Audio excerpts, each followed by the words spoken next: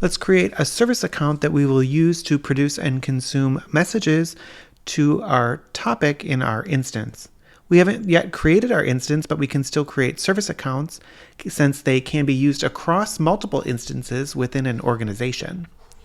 So here I'll go to the top right corner and go to Accounts and Accesses.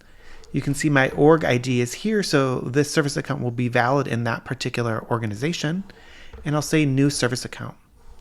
I'll just call this a service account, making sure to leave super admin unselected.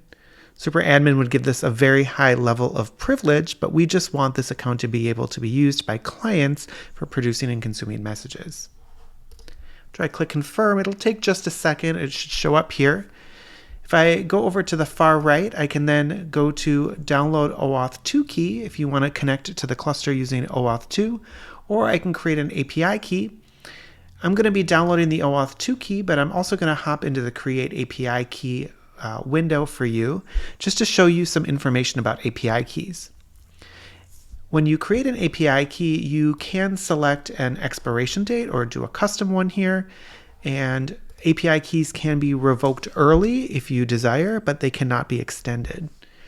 Unlike the OAuth 2 key, which works across multiple instances inside of your org, when you create the API key, you will be selecting one specific instance that it will work for. And here, in this case, I haven't created my instance yet.